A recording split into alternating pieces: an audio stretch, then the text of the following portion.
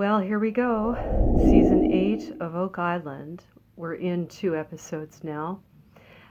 And everything seems to indicate, unless of course the producers are holding out on us, that the money pit originates from late 1500s into the mid 1650s, which is phenomenal. Absolutely record-breaking rewriting of history.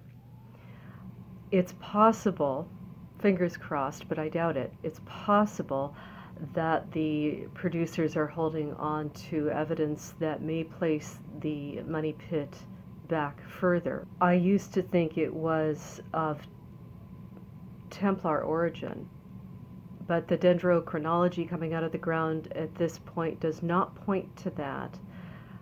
I'm a little sad, but we have to go with the evidence. And of course, I have always thought that the money pit was Templar. Now, that's not to say that they're inheritors of their philosophy and traditions did not create it.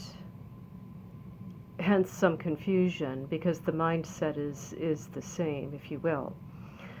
Absolute determination, incredible skill, will, and immense resources behind the effort. No one buries spendable treasure that far underground because you want to come back and get it without killing yourself. And sadly, it looks like a few people did perish underground. And I just have a sense that it may have been a tunnel collapse, not murder, but who knows? I certainly feel for the individuals whose bones have been discovered having been left in that dark place for centuries. It is my thought, continuing on the line of shifting theories based on evidence, which is always right. If you don't follow the science, it will come around and bite you. It will bite you. It will get you.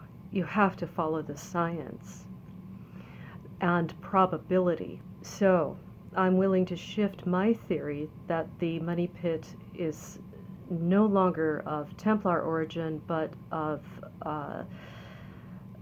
Elizabethan into the 1650s, and that Amundsen, who brought forth a fantastic theory that perhaps Francis Bacon's works are in the money pit. I have also honestly thought that the money pit is Templar, and that is a hope that I have, and that maybe it is a vault that was repeatedly visited, but that seems unlikely. In my fantasy, and I almost hate to trivialize my thinking on that, is that perhaps it was a repository for the Knights Templar, and that they'd been instructed by higher powers to put the Ark of the Covenant on the island. There is a very high amount of uranium on the island, along with many paranormal activities and events, and certainly a high-powered sacred object could produce results on those lines. So, with a question mark hanging over the two theories, one being more probable than the other, I'd like to talk about the Nolan Cross just in brief and say that I believe that it's in itself is Templar, and that it was constructed at a time when Oak Island was 2 islands, and that the individuals who constructed the crucifix or the sword had also created the platform in the swamp. So Dr. Ian Spooner, having dated the platform to 1220, that's very specific. And also there are coconut fibers on the island that had been dated in the past to 1200, and those results were done in the 90s.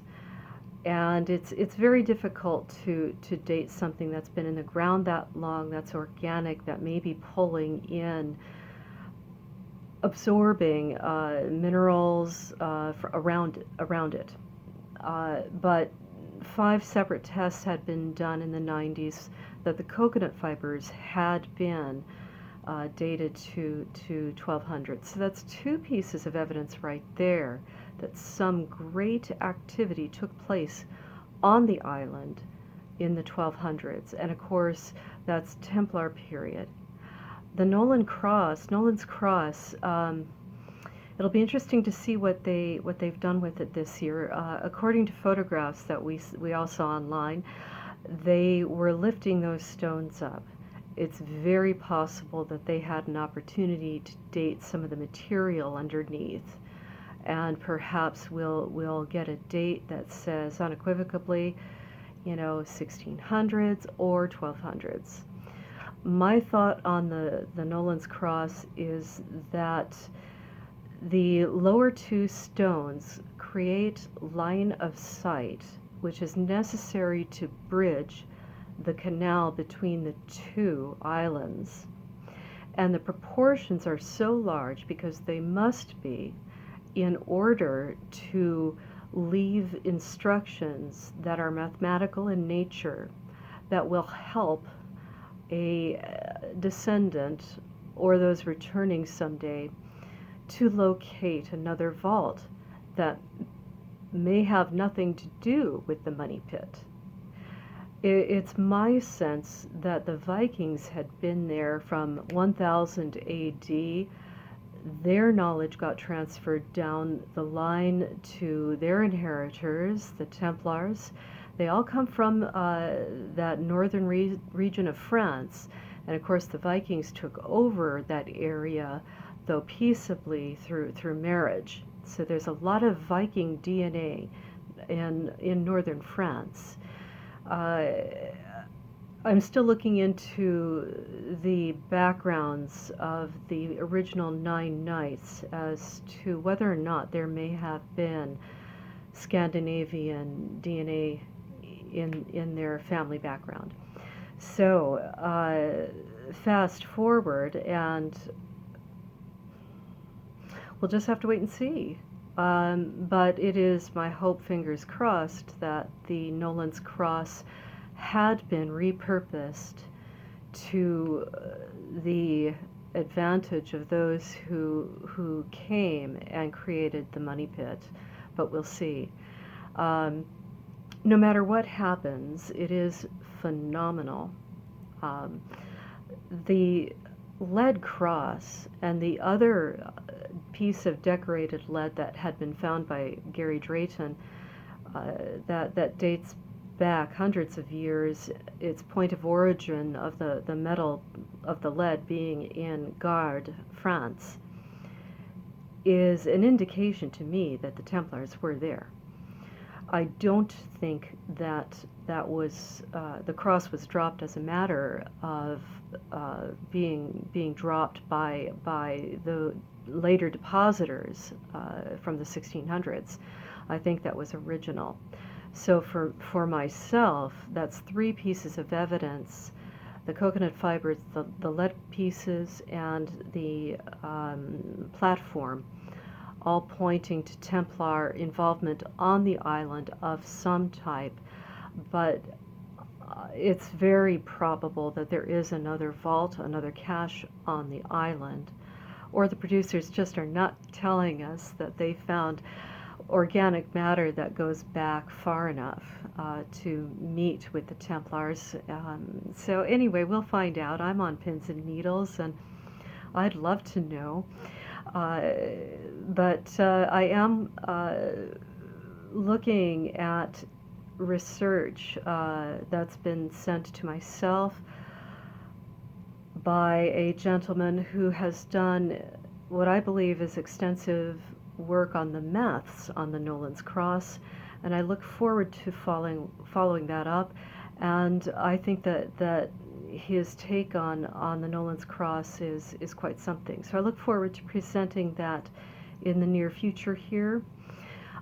Just another thought here is the drill holes. The drill holes are incredible. That also ties in with the gentleman who's done work on the Nolan's Cross. The stone blocks that have been clearly squared and faced for use in building are very interesting.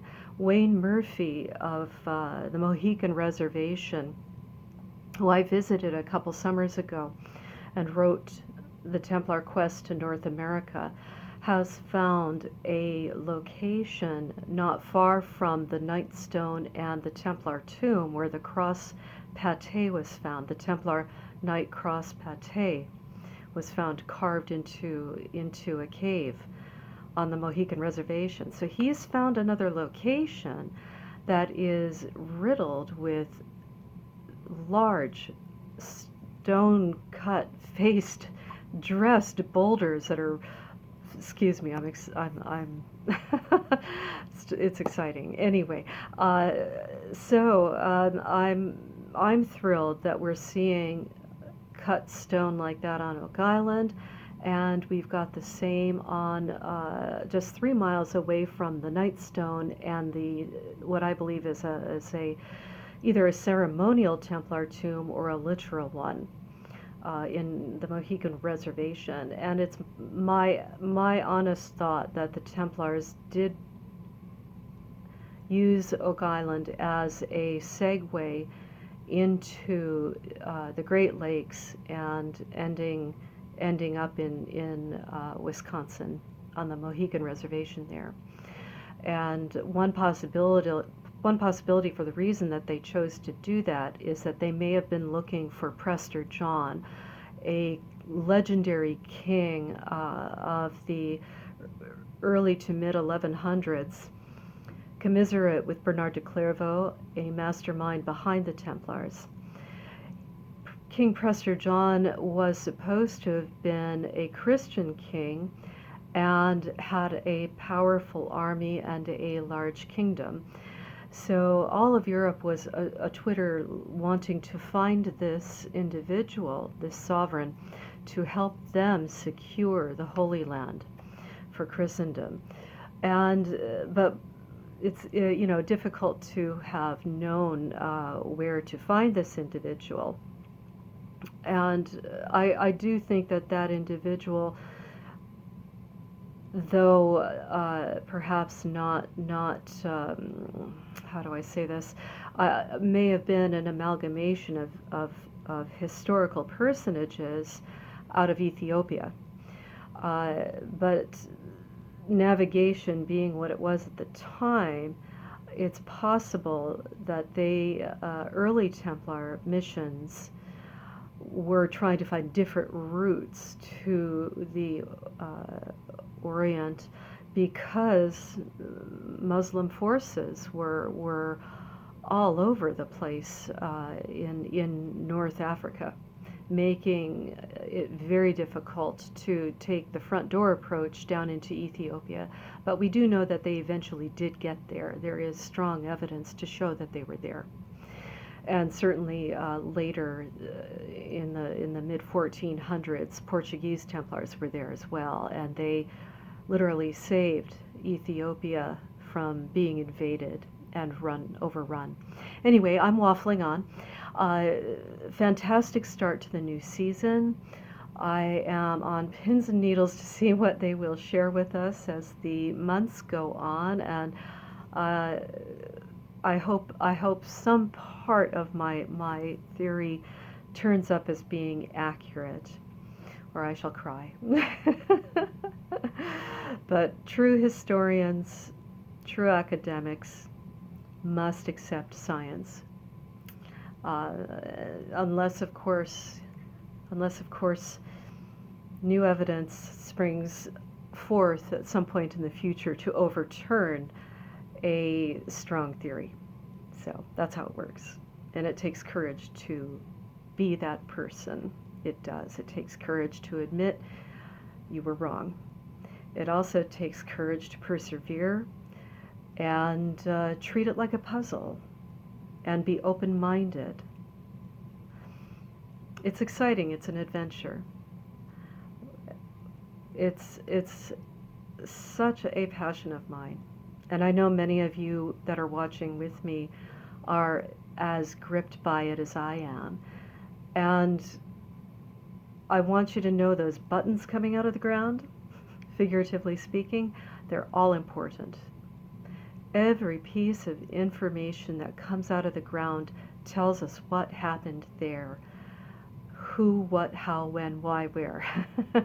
All of the evidence is important so we have a broader picture, and that may lead the way to understanding where further treasure caches could be.